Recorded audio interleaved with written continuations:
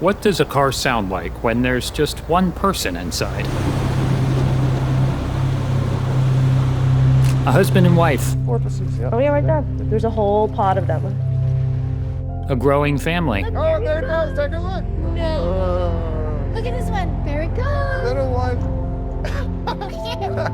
Soon, the sound of one person becomes the music of a family in motion. It's sort of this joyful chaos. And I miss those days. The dog in the back and the kids in the back and everyone screaming and barking. Mommy, are we there yet? She went. And so the car is now a bit quieter.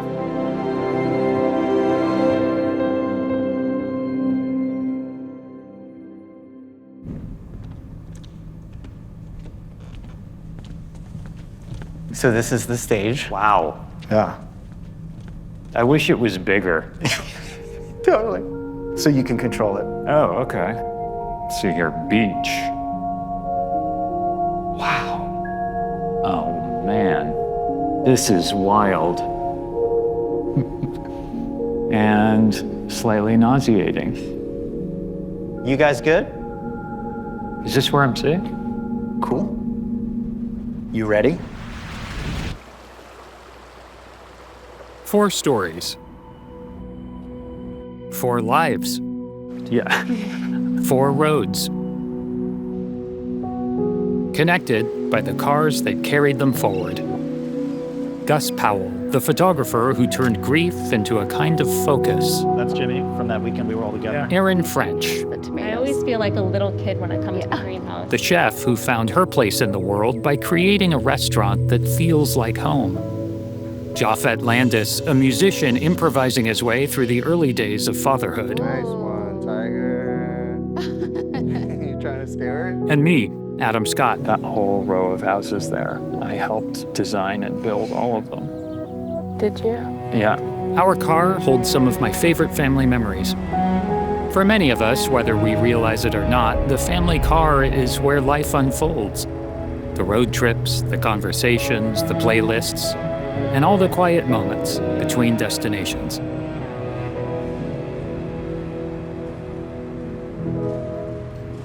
It's about building a story that takes you in to experience obstacles that happen in life, the everyday moments that are in between those, and trying to move forward in whatever way you can. I've always been somebody who photographs the world that is right in front of them. So when I became a parent, that was the life that was in front of me. That was what I had to make the most of. It's really not about perfect pictures. It's just these sort of interstitial moments that happen when you're trying to get from one place to the next. I will never forget, I had lost my first restaurant. I had moved back to my hometown of freedom, tail between my legs, starting this little restaurant up from scratch. It became wildly successful beyond even my greatest of dreams.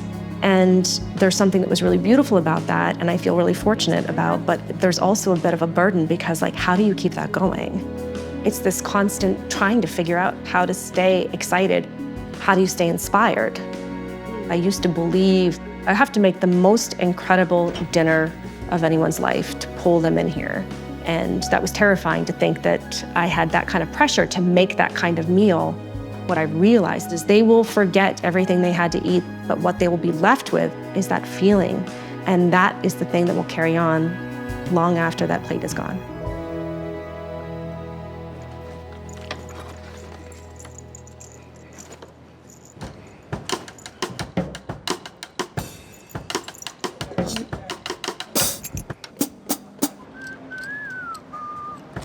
Pretty much everything I do, I always strive to do it from a place of love. That's who I am as a person. Yeah, I can move it. I grew up in New York City playing music in church. I've been playing music since I was 8 years old. No, you're good. When I started playing with TV on the radio, every aspect of it was terrifying. To this day, like, I still get on stage and I'm just like, I don't even understand how I have this huge privilege to play music with these people that I have so much respect for. If If you talk to any parent, they'll all tell you that there was a pre-kid and post-kid version of yourself. When I was younger, you could call me and say, hey, we're going tomorrow. And I'm like, all right, let's go. And now that I have a family, leaving home got harder. I've been with the band for 12 years now, and it's been incredible. But the sacrifice I have to make in order to do what I love, it feels pretty huge.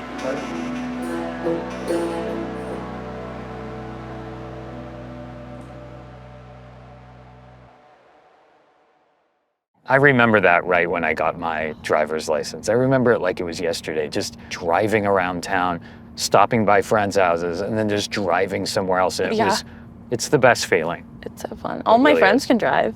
Yeah. They pick me up all the time. I know they do, and it's nerve-wracking. I know. It's weird. So I wanted to ask you about those early days when you were on the grind and kind of paying your dues. Yeah, show business is not welcoming. You have to force your way in. A real career didn't start for me until I was 15 years in. Magic time. People generally like it when you snap and point. Yeah. Sometimes there were several auditions in a day, and I would just be driving around, sitting in hallways and waiting rooms with 14 other guys, and you would know within 15 seconds that you're wasting your time.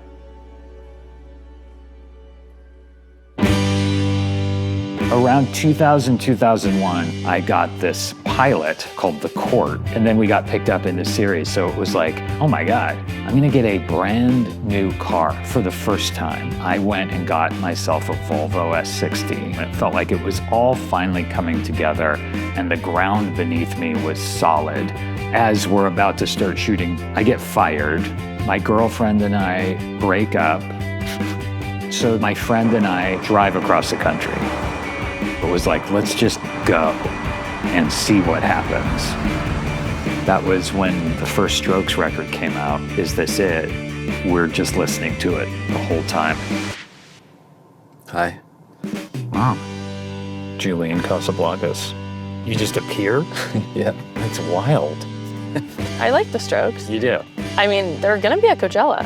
You don't hug me? Yes, I do. Perfect example of peak, great, incredible songwriting. This is a hook that should have happened before because it's so good. You write really good songs. Oh. There wasn't this like movie moment where it's like, we're on TV Right. yesterday. It was still gradual. It's a weird, kind of unsure process, but when you get to the end of it, it's great. I remember Mom being obsessed. Yeah, Mom loves. Loves. It's crazy to me that you even know who I am. Okay, Beach. Ooh, this is so cool. Isn't that weird? Here we are.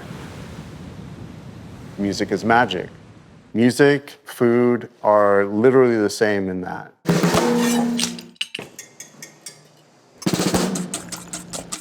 It's all very sensory. I mean, whether it's food or it's music or it's lighting, there's a very different environment here that's probably not like the traditional restaurant. Like I'm bringing people from all different walks of life together to find common ground. You can't compare it to anything. We just wanted to make someone feel something. We just had the final dinner of our season, and there's always this moment that you're just like holding on for dear life, trying to make it to that last dinner. I'm gonna zhuzh it up over here, babe. Zhuzh it up. I am running on fumes at this point. I'm confined in these walls all summer long.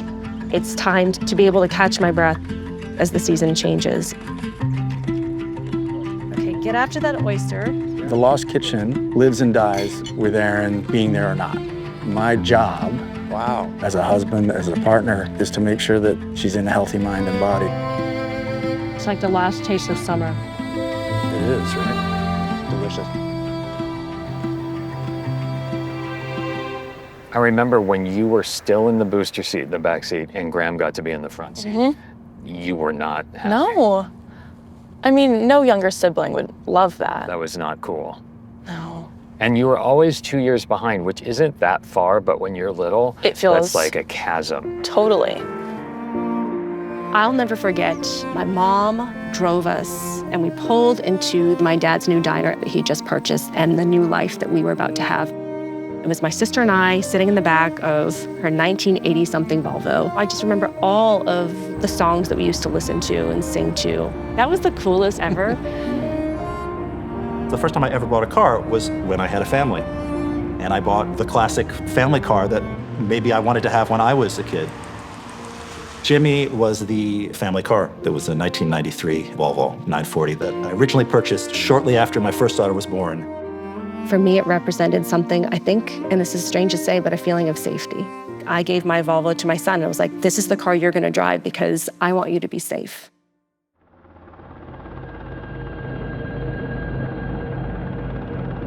January 7th, 2025, the Eaton fires came to my beautiful neighborhood of Altadena and wreaked havoc. The sky is dark and red. The winds are howling outside the house. Just destruction.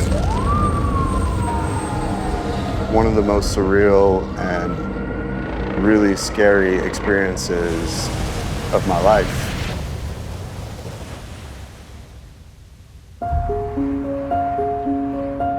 We made a decision in that moment that we're gonna leave. And then as we were driving away from our house, we looked left and the whole mountain was on fire. I never had to navigate anything like this before, but we're okay. We're in the car and we're safe.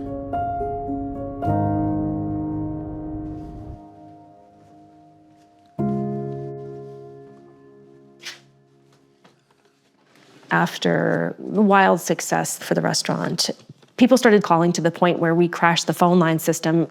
And when Erin came up with the idea of the postcards, I remember thinking to myself, okay, if we get half as many postcards as we do phone calls, we're gonna be okay. This season, we got somewhere around 60 to 65,000 postcards. And when we are pulling the cards for dinner reservations, these are all pulled at random. We get photographs. We also get a lot of wedding invitations to strangers' weddings. Then you have ones that will just break your heart. My dear friend is lovingly known as the hummingbird for the way she's always filling people with joy and energy. She's living with non-curable mesothelioma. But an evening at the Lost Kitchen would be more than dinner. It would be a memory of a lifetime wrapped in hope and beauty. You know, there are some days I'm overcome with the emotion about it, and sometimes just when you need a moment just to kind of, you know, ground yourself, we'll come in and just take a peek.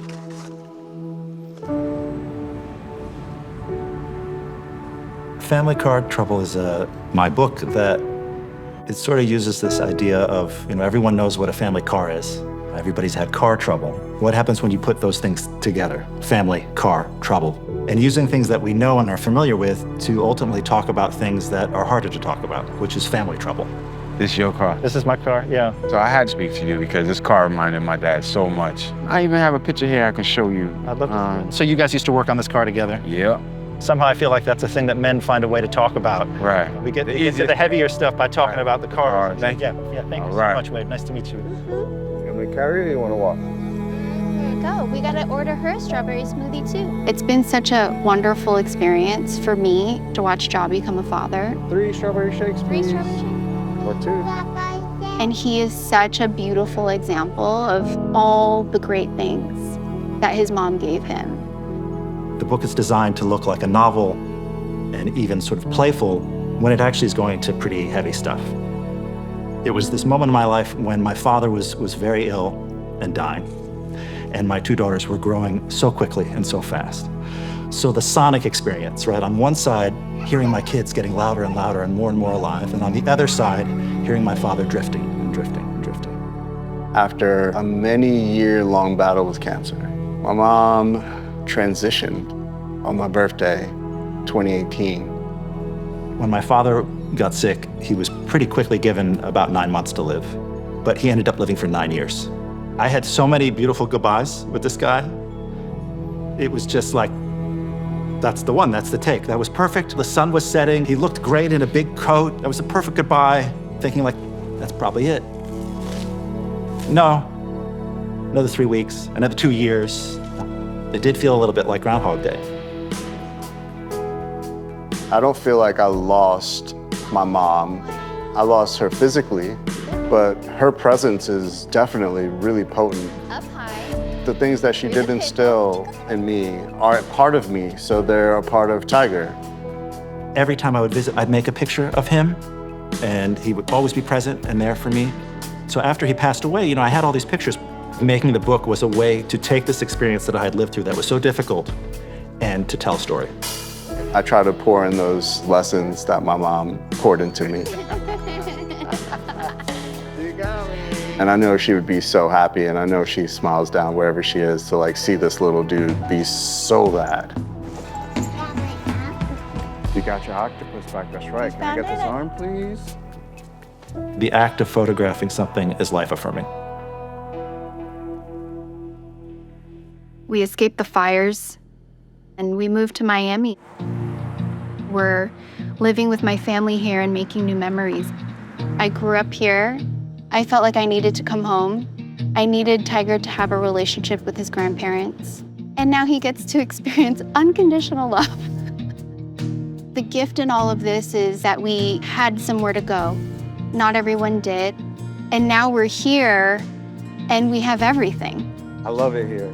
Bee's mom, she's an incredible grandma. Oh man, Mama, look at this. I love bringing people together and nourishing them. The joy I get from that is incredible. Love it. Jet setter. It's so big, right? Those moments, I cherish them. I love you guys so much. You guys are my real family. And bon appetit, let's eat. I'm the Kool-Aid man right now.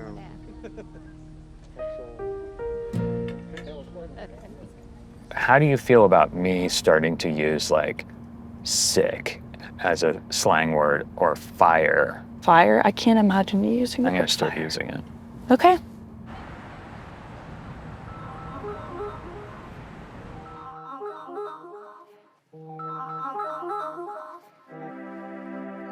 Hey, Judd. Yes, sir. Wow. I feel like I can climb your beard right now. Yeah, this is the future. It's huge. It is a good beard. Judd cast me in Knocked Up in this small role as this nurse, and it really ended up changing the course of my career and my life. You hadn't gotten the role yet, which would show everybody. Yeah. Most of what we do as photographers is fail. All those lousy pictures. Every bone in my body wanted nothing to do with the restaurant business. I mean, I grew up in it. I grew to resent it. And when I finally gave in, I started to find myself in a deeper way than I could have imagined. Starting out, it is impossible. It's this sheer wall in front of you. But I never considered really doing anything else. You could call it a delusion. But along the way, some of those failures are the pictures that lead you towards making a successful photograph. I kept tumbling down and I kept having falls. And by the time I was 30 years old, I said, you know what? Maybe this is what you're supposed to be doing. It was just this belief that I can do it.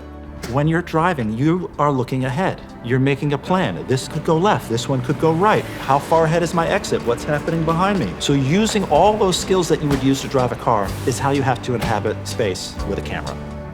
Up to that point, everything I'd done on camera, it was about getting it right. And this wasn't about getting it right. You learn as much as you can about it, you experiment with it, you keep doing it till you're good at it, and then you share it with people. I realized that my actual job, turns out, is to be a memory maker, a moment maker. It was about trying to find some great moments here and there. When you work together, you get to have a colleague who watches your back. Judd is off camera yelling a joke to you to repeat. It's like the script is the song, and then the actors can do their variations on the melody. Community is the most important thing with all of us. What family at its core is really about connecting and caring about each other in a deep way. And these people are my family. Working with Judd, I felt like I never want to go back. This is the way to do it. Judd, thank you so much for chatting with me while I fake drive. All right, cool. All right.